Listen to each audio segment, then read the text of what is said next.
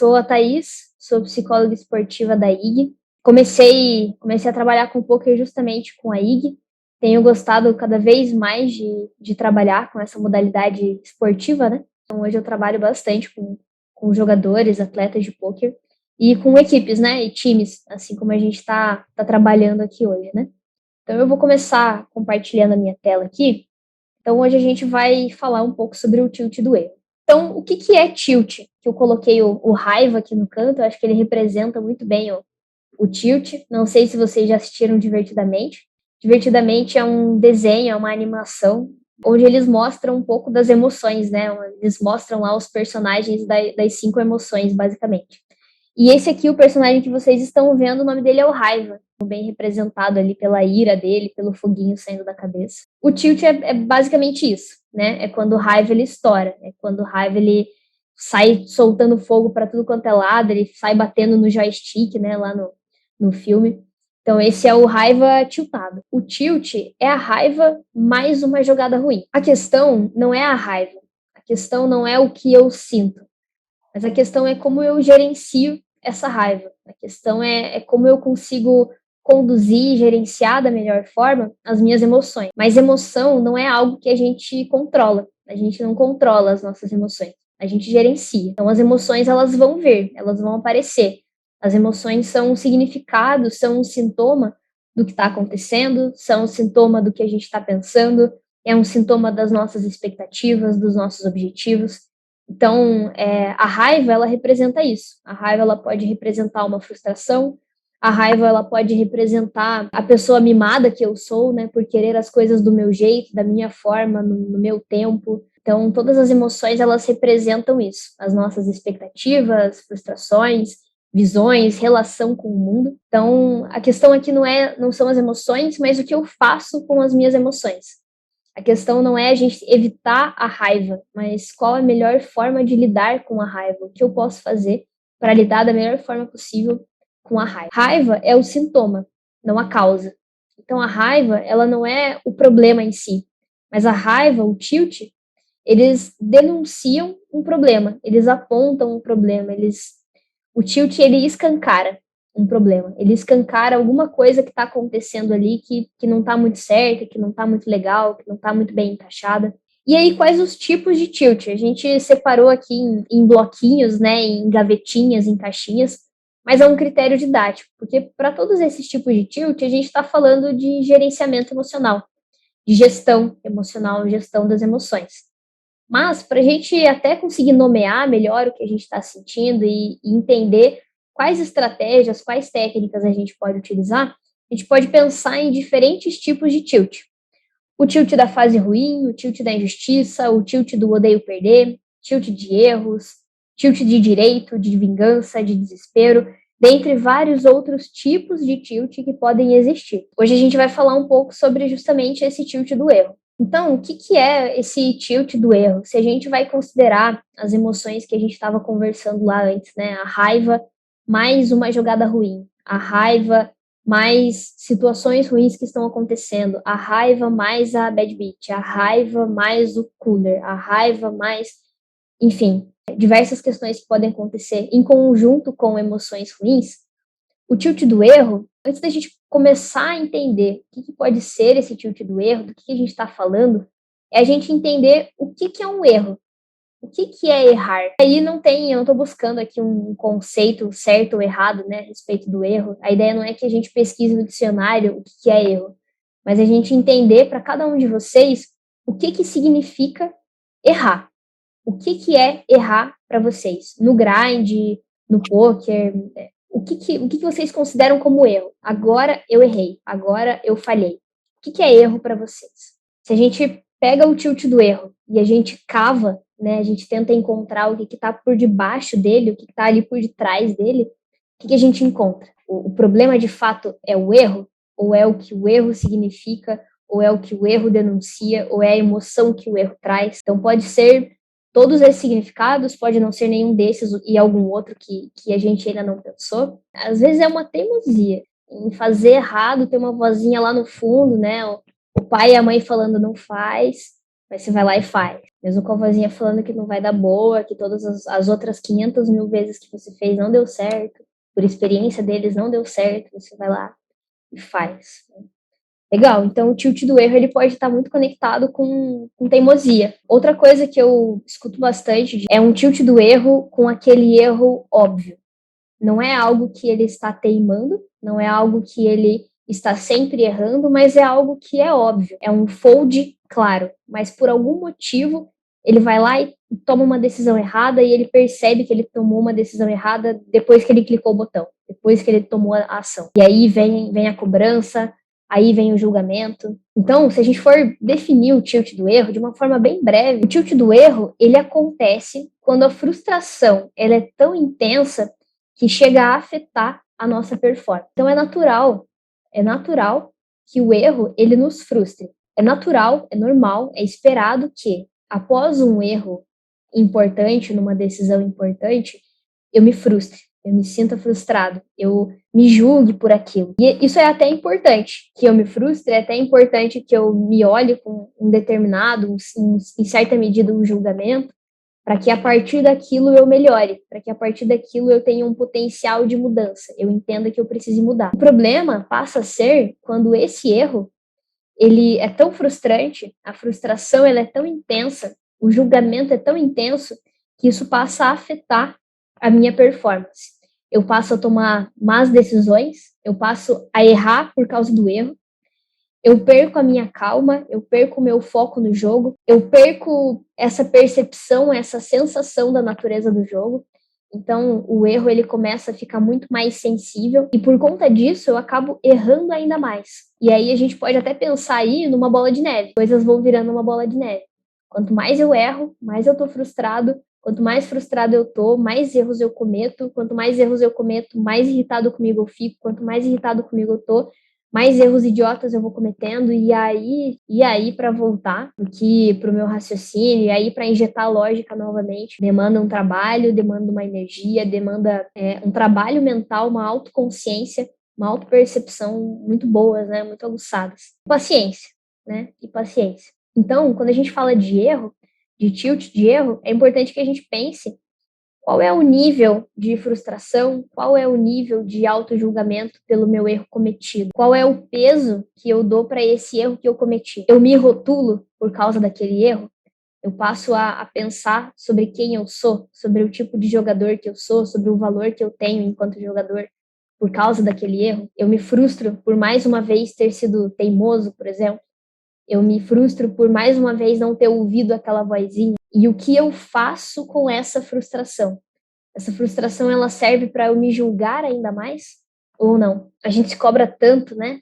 E aí acho que aqui a gente está falando de um desejo de ser perfeito. Até então a gente estava falando desse tilt do erro, de como que ele aparece, se ele aparece por teimosia, por eu ter visto que mais uma vez eu fui teimoso, por eu ter visto que eu errei uma parada boba, um erro bobo, por eu ter percebido que mais, eu não sei se isso já aconteceu com vocês, mas eu já ouvi relatos, né, de outros players, de cara, mês passado eu tinha corrigido isso, e esse mês eu tô errando isso de novo. E aí dá essa sensação de que a gente tá correndo sempre no mesmo lugar, né, tá patinando, tá saindo do lugar. E aí vem o tilt do erro, o tilt por estar errando novamente. E aí a gente pode conectar isso com o desejo, a vontade de querer ser perfeito, porque como vocês trouxeram, né, muito da performance de vocês, muito do desempenho de vocês no poker depende de vocês. Só que nem sempre é fácil, nem sempre a trajetória ela é tão tranquila. Só que uma coisa é fato, os erros eles vão continuar aparecendo.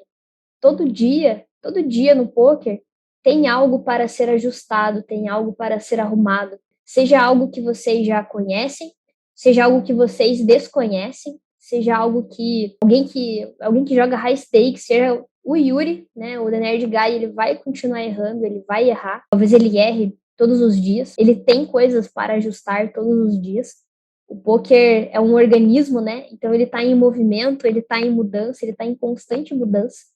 Então, a todo momento, vocês estão tendo que se adaptar. Por isso que a gente fazer uma distinção entre o que é erro e o que é melhora, o que é aperfeiçoamento, isso é importante, porque os erros eles vão continuar aparecendo. Então, como que a gente vai usar os erros a nosso favor? Como uma ferramenta ou como um sinal, uma dica de como que eu posso caminhar para a minha mudança, como eu posso melhorar, aperfeiçoar, acelerar a minha mudança.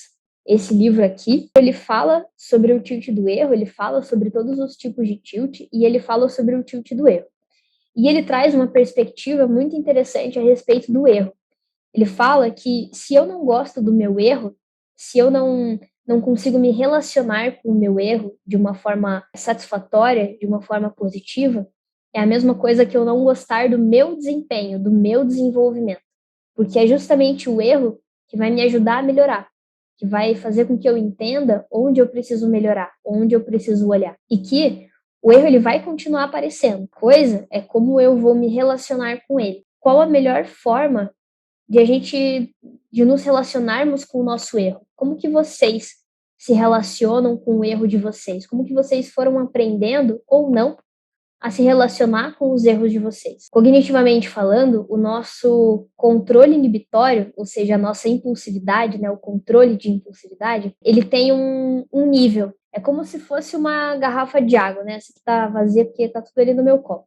Como se fosse uma garrafa de água. Quando eu durmo, e aí esse é um ponto bem chave, por isso que o sono ele é extremamente importante até para a gente regular o nosso tilt, para a gente regular as nossas emoções. Durante o nosso sono, imaginem que o nosso controle inibitório ele tá todo aqui dentro dessa garrafinha aqui, né? Ele tá todo aqui dentro. E aí durante o meu sono ele vai enchendo. É como se eu fosse ali no filtro da cozinha e fosse enchendo. Conforme o dia vai passando, eu vou passando por alguns estresses. Sei lá, eu quebrei um copo na cozinha, né? E não posso ficar irritada.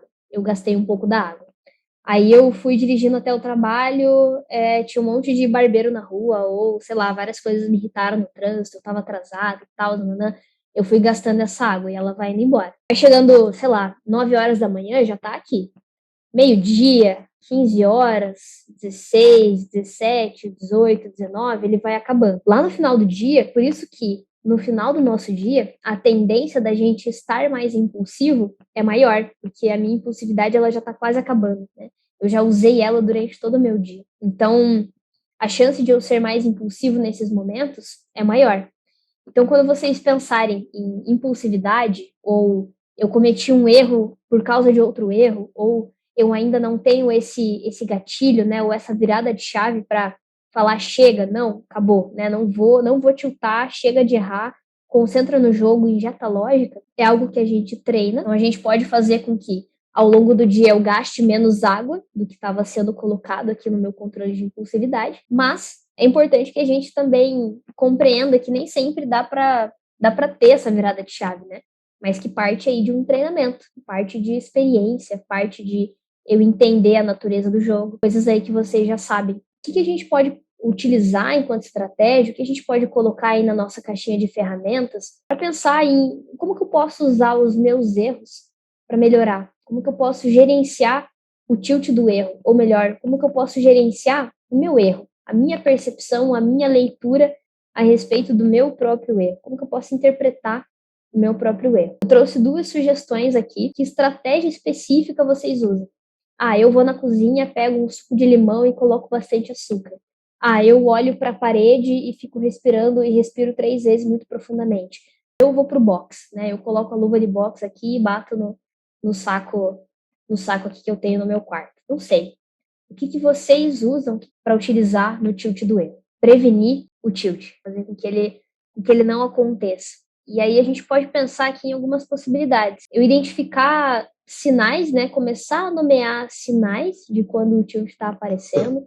Percebo que eu fico mais impaciente, eu percebo que eu já estou dando uma reclamadinha, eu percebo que eu já estou bufando, tô começando a bufar, tomei uma bad ali meio, já não gostei muito, né? Putz, acho que o tilt tá chegando. Mas outras coisas, né, interessantes, importantíssimas de vocês fazerem também, como forma de prevenção do tilt, porque a gente está falando de novo, né, regulação emocional, é vocês cuidarem com as funções básicas, justamente o que está escrito aqui. Então, eu cuidar com o meu sono, né, para que no dia seguinte a minha garrafinha esteja cheia, que eu tenha bastante controle inibitório, para que eu seja pouco impulsivo, né, no meu dia, no meu grind. Então, eu cuidar com o meu sono, com a minha alimentação e com atividade física. Esses são pontos imprescindíveis aí de vocês pensarem e acrescentarem na rotina de vocês. E um outro ponto, né, usar o intervalo de uma maneira produtiva, e usar o intervalo da melhor forma possível. Percebendo que eu tô ficando meio irritado e durante o grind em si, eu não pude parar, pude pausar ali as mãos, porque, enfim, eu tava com 8 telas abertas, 10, ou, enfim, 4 telas abertas, mas eu não pude parar naquele momento. Eu vou usar todos os meus intervalos de maneira produtiva. Eu não vou esperar tiltar para depois eu querer usar o intervalo da melhor forma. Não, eu vou, desde o primeiro intervalo que eu tiver, eu vou usá-lo da melhor forma possível. Mas é você principalmente utilizar o intervalo para você resetar, para você ficar bem, para você tomar uma água, para você olhar lá fora, para você brincar com seu cachorro, para que se tem alguma coisa entalada aqui que você já não está descendo bem, você colocar para fora, seja tirando print e mandando aquela dúvida para alguém, seja escrevendo o que você está sentindo, seja você tentando processar aquilo que você está sentindo. Cara, eu entendo a natureza do jogo, eu entendo, existem badges. Por que que naquele momento eu fiquei de cara com aquela badge que eu tomei? Ah, porque era um torneio importante, porque seria o maior garantido que eu iria ganhar, porque eu tô no final do meu grind, porque é o topo da minha reta, e aí você vai entendendo, vai significando as suas emoções.